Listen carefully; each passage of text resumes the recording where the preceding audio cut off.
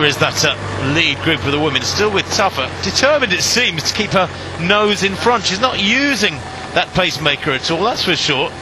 She's running alongside him, if anything, slightly ahead of him. Right behind her there in the long white socks to ride a picture, that is Chariot. Rose Chariot, who is no slouch, a 2:25 athlete. Funnily enough, that personal best for her coming in Dubai last January, where she finished in 4th place. Yep, she ran her first marathon in Germany, here in Germany, in Hamburg, in April 2006. She was second in 2 hours 27, and 6 months later she won her only marathon in Amsterdam, 2:28.26.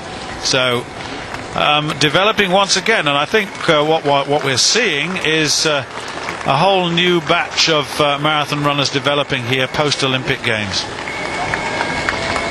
Well, this is a big group that has congregated around these leading women, probably 15 or 18 strong. There is Taffa, clearly very focused on running her own race here, not at all bothered by the other women around her, or I haven't seen a look over her shoulder just yet to see how much company she's got.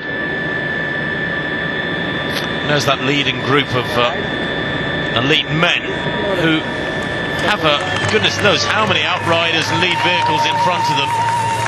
But it is a well-coordinated affair, a well-coordinated operation they put on in Berlin. Lovely wide boulevards in a true Napoleonic style almost, that give plenty of room for the vehicles and the athletes themselves. Of course, in coming hour or so, they'll be pouring along this road behind these athletes, and they're tens of thousands. The thing that surprises me is the fact that Kwambai and Kamarthi are content to run at this pace, which is equivalent to 6 minutes faster than they've ever run before. It really is. There's Miki Tenko with alongside her wearing F11. That's Dariba. Sheru Dariba. They're way behind that leading group of women. As you say, things can change in a marathon, and we're not sure what Taffa can do. But I have to say that before the race, Taffa was projected as a possible winner, and you know, there is a very strong African presence as always, and it was suggested that she might find it difficult. And if you look ahead, well, it's very difficult to see the lead group now. Yes, you saw a very good example there of Miki Tenko being handed her drink by a man standing out in the street. That's her specific minder. The rest of the athletes, apart from a very, very select few elite, have to go and get the drink off the table or try and find it. There she's being passed a drink by another runner. And here are the masses, tens of thousands of them, pouring along the streets of Berlin. Wonderful atmosphere. Not too many fancy dress costumes in evidence, unlike the London Marathon over recent years, or indeed virtually since it started. Well, certainly innovation in terms of various races going on here. There are skaters, there are wheelchairs, there are all sorts of mechanized vehicles being used as part of this racing scene here in Berlin 2008. It's a festival in many respects for all of those following, it certainly is, and very competitive whatever level you're at here. Well, they call these the handy bikes. Coming in towards the latter stages of their race. They're approaching, I believe, these two, the Brandenburg Gate. We shall see shortly.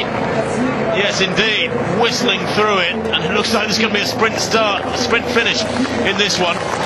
Funnily enough, virtually no way of identifying the athletes, which is something that always puzzles me, whether it's wheelchair athletes in the Paralympics or indeed handy cyclists like this. I feel sure they don't work hard enough at giving you the ability to identify the athletes. Looks like a fabulously close race too. And look at the time they can move around the course in a marathon race, 26 miles in an hour and a quarter, 1 hour 15:45, the unofficial winning time there. Our apologies for being unable to identify these athletes for you. Yes, that is a pity.